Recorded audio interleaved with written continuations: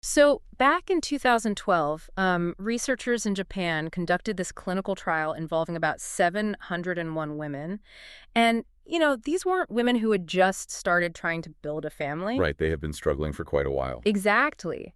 These patients had suffered from severe, intractable infertility for an average of 9 years. I mean, they had been through the absolute ringer of modern reproductive medicine and basically come up empty-handed. Yeah, statistically speaking, they were given almost a 0% chance of conceiving with their own eggs. But the researchers, they didn't give them a new, experimental synthetic hormone. They didn't perform an invasive surgery. Instead, they took a very specific invisible wavelength of near-infrared light, and they literally shined it on the patients' necks.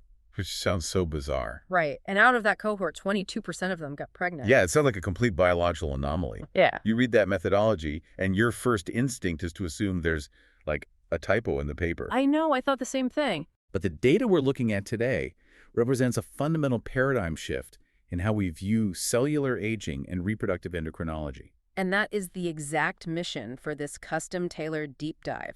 We are exploring a space where quantum physics meets reproductive biology. It's a really exciting intersection. It really is. And for you listening, we've got a fascinating stack of sources to guide us today. We're looking at that groundbreaking 2012 study by Dr. Toshio Oshiro, along with comprehensive clinical data out of Denmark and Norway. We also have those highly specific animal models from a 2024 study by he and colleagues. Right, and the real-world treatment protocols currently being used at the Berkeley Center for Reproductive Wellness right in Midtown Manhattan. So the goal for us today is to unpack the specific microscopic mechanisms of how low-level light therapy might actually hold the key to reversing age-related fertility decline. Exactly. Okay, let's unpack this. Because before we can even touch the physics of light, we have to isolate the biological root of the problem. When we talk about female fertility and age, we are really talking about one highly specialized cell. We are talking about the oocyte, the egg. Right. In the whole hierarchy of human biology, the oocyte is truly in a class of its own. It is the single most critical factor in getting pregnant and carrying a healthy baby to term. And obviously, age is a huge factor there. Oh, absolutely.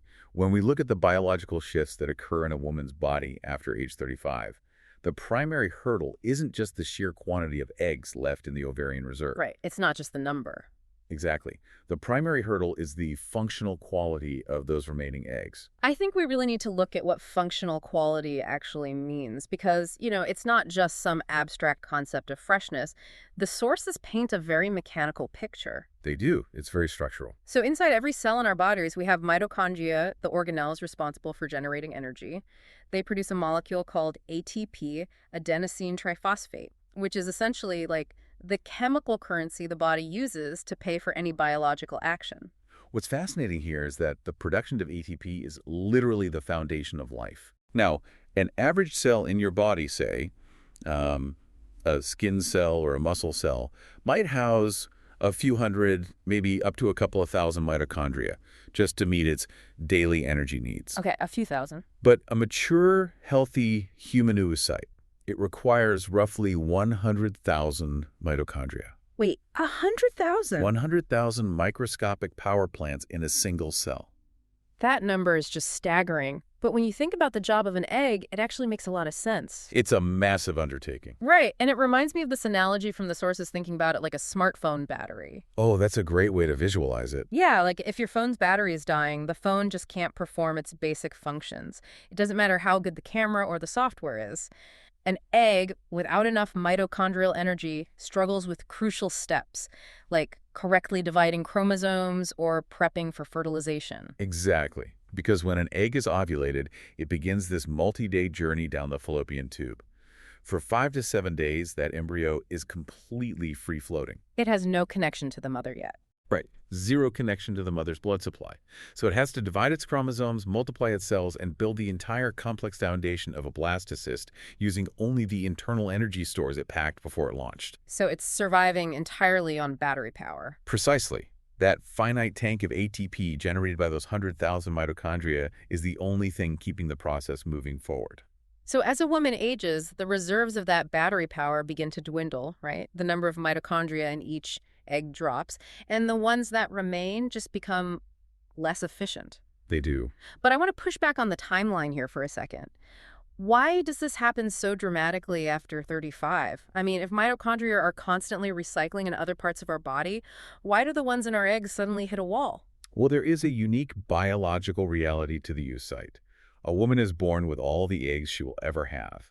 Right, they don't regenerate. Exactly. They sit in a state of suspended animation for decades.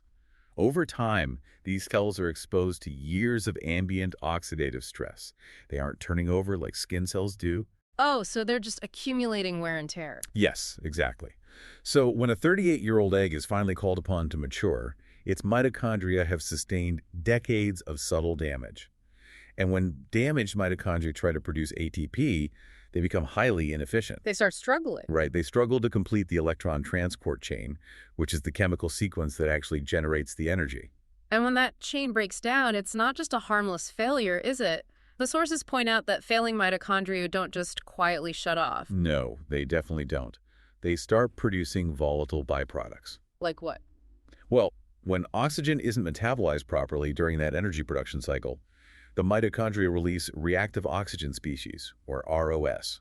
So instead of producing clean energy, they are essentially leaking molecular shrapnel inside the cell.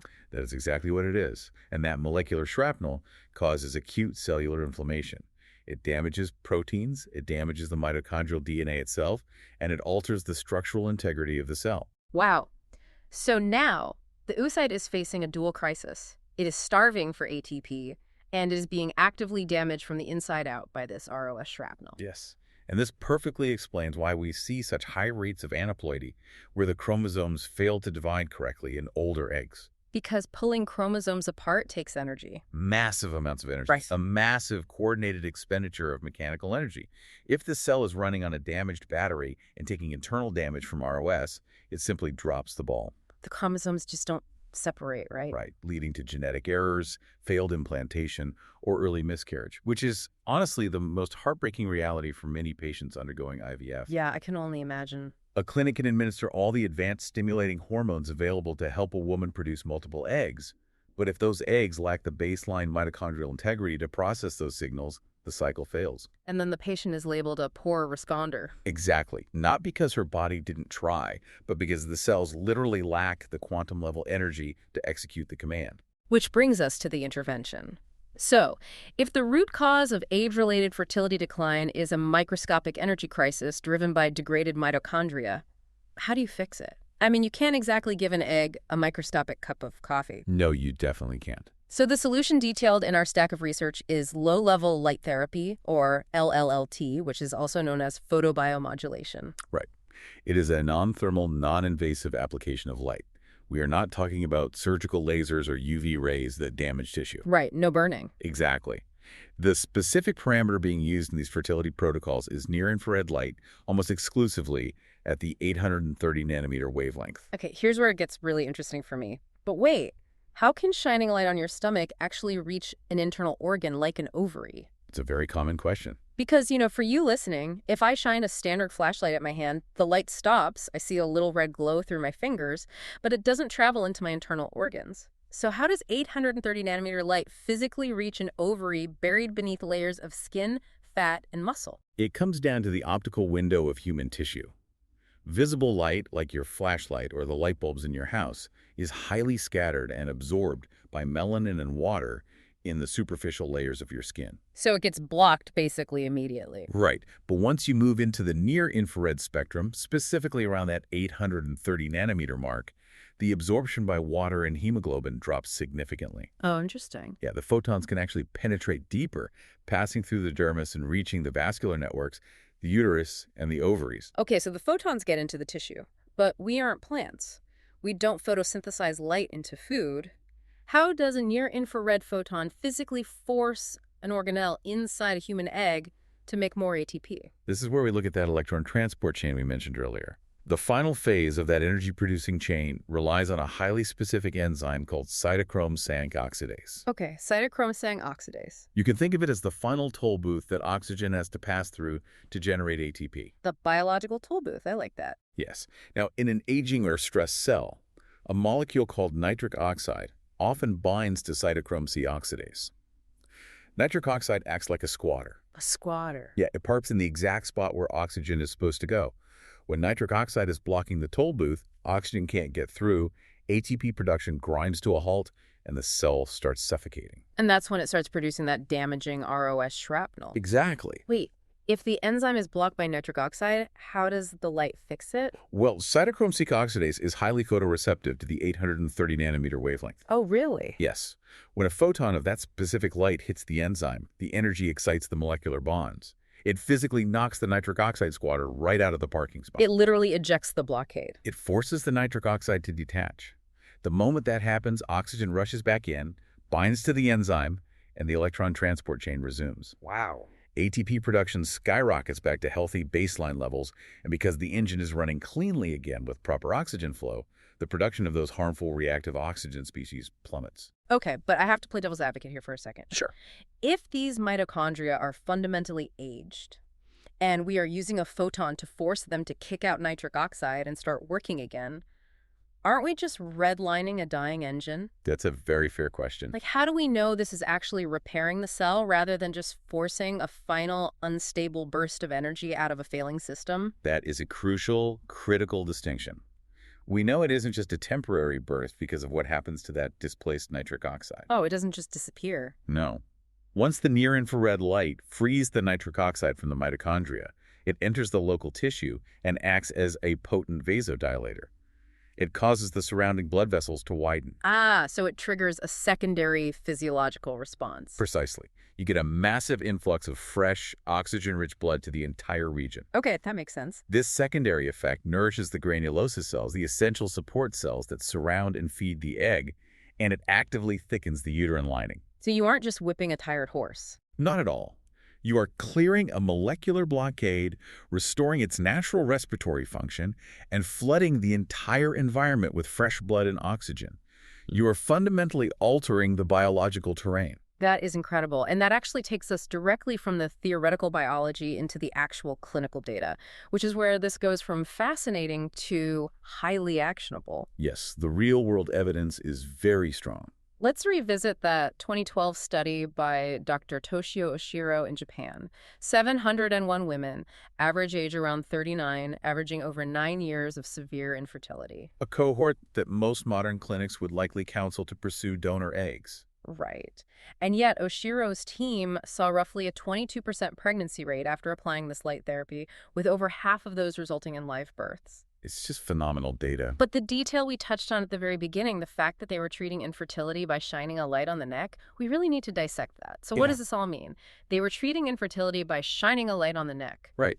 If we connect this to the bigger picture, it actually makes perfect sense.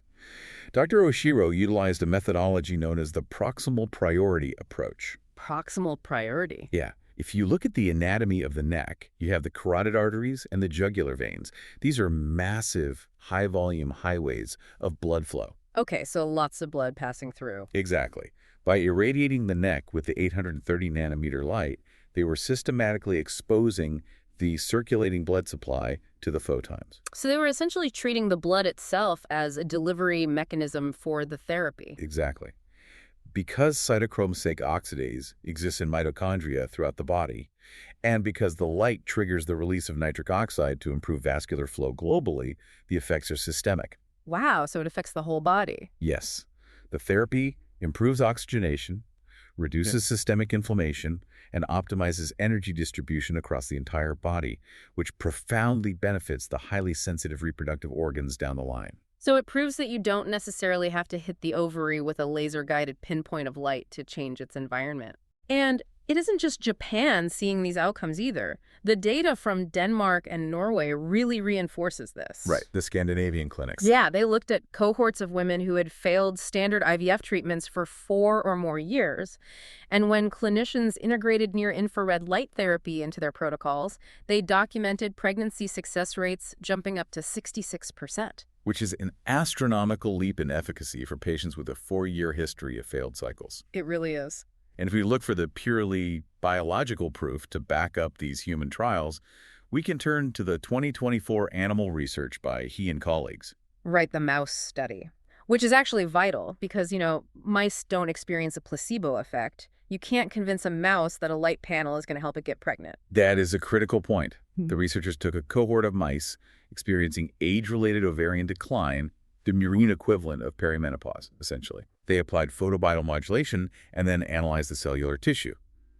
The results didn't just show an increase in offspring. The microscopy proved that the light therapy actively ameliorated the physical effects of ovarian aging. So they could physically see the repair. Yes. They saw restored mitochondrial function, significant reductions in cellular oxidative stress, and improved chromosomal alignment. The battery had its fuel supply physically restored. Exactly. And this research also sheds light on why this therapy is proving effective for complex human conditions like PCOS, polycystic ovary syndrome, or patients dealing with low AMH. Right. AMH, or anti-Müllerian hormone, is an indicator of ovarian reserve. If a patient has low AMH, it means they have very few eggs left in the vault. And when the reserve is low, the margin for error is essentially non-existent. You simply cannot afford to have those few remaining eggs fail due to mitochondrial dysfunction. So it's about maximizing what's left. Exactly. For patients with low AMH, the goal isn't to magically create more eggs, which is biologically impossible, but to ensure that the environment those few eggs are maturing in is absolutely optimized. And for PCOS, the primary underlying driver is often chronic systemic inflammation, right? Which we know the light directly combats by clearing out those reactive oxygen species. Yes, it addresses the inflammation directly at the cellular level. It's no wonder we are seeing clinics actively integrating this right now. The Berkeley Center for Reproductive Wellness in Midtown East, New York City, is heavily cited in our sources as a practical example of this. Yeah, they are doing some really innovative work. They utilize the Celluma LED panels, which are FDA-cleared devices, specifically calibrated to deliver that 830 nanometer wavelength. Okay, so FDA cleared. Yes. Their approach is a textbook example of integrative medicine, blending ancient modalities with quantum biology. They typically run 30-minute sessions 2 to 3 times a week, right? They position the panels over the lower abdomen, combining the photobiomodulation with acupuncture and targeted herbal support. Correct. Their primary protocol is to use this therapy in the crucial window leading up to an IVF egg retrieval, or right before an embryo transfer. And that's to ensure that secondary effect, you mentioned the rush of blood flow, has optimized the uterine lining for implantation. Exactly. And the clinical observations from centers utilizing these protocols align flawlessly with the literature. They note superior follicle development, higher numbers of mature eggs retrieved, and most importantly, an increase in the number of embryos that successfully reach the blastocyst stage. And perhaps the most compelling aspect of this entire protocol for a patient navigating the grueling reality of infertility. There are no needles. None. There are no synthetic hormone side effects. It's completely painless. You are quite literally just sitting beneath a warm, gently glowing panel for half an hour. In the landscape of reproductive medicine, which is fraught with intense physical, emotional, and financial tolls, introducing an intervention that actively repairs cellular infrastructure with zero known adverse effects is profoundly significant. It really puts the power back in the patient's hands. So, to synthesize all of this for you listening, if you or someone in your life is walking the incredibly difficult path of age-related fertility challenges, the science is pointing a very clear 830 nanometer beam of light at one foundational truth. And that truth is that the quality of an egg is inextricably linked to the health of its mitochondria. Right. As we age, those cellular batteries become blocked and suffocated by molecular waste. But it is no longer a one-way street of inevitable decline. The paradigm has shifted. We have to stop viewing fertility purely as a ticking clock that we are helpless against and start viewing it as a dynamic biological environment. We actually have tools now. We do. We now have non-invasive tools to reach into the cell, clear the molecular blockades, and restore the natural production of energy. Whether it's the rigorous trials out of Japan, the clinical success rates in Scandinavia, or the daily applications at the Berkeley Center, the data supports that low-level light therapy is a viable, powerful tool for cellular repair. It really is. It clears out the microscopic pollution and gives those embryos the power they need to make that journey. If poor egg quality or repeated IVF failures are part of your story, it is highly worth discussing photobiomodulation with your specialist. Absolutely. Now, I want to leave you with one final thought to mull over today. We spent this deep dive exploring how a very specific wavelength of near-infrared light can penetrate human tissue, knock a suffocating molecule off an enzyme, and bring a dying, aging egg back to vibrant life to help create a new human being. That's an amazing process. It really is. But based on everything we've unpacked, if this light can reach into our cells and flip the power switch back on for our reproductive system, what other failing organs, chronic conditions, or aging tissues hidden deep inside the human body are just suffocating in the dark, waiting for the exact right wavelength of light to turn the engine back on?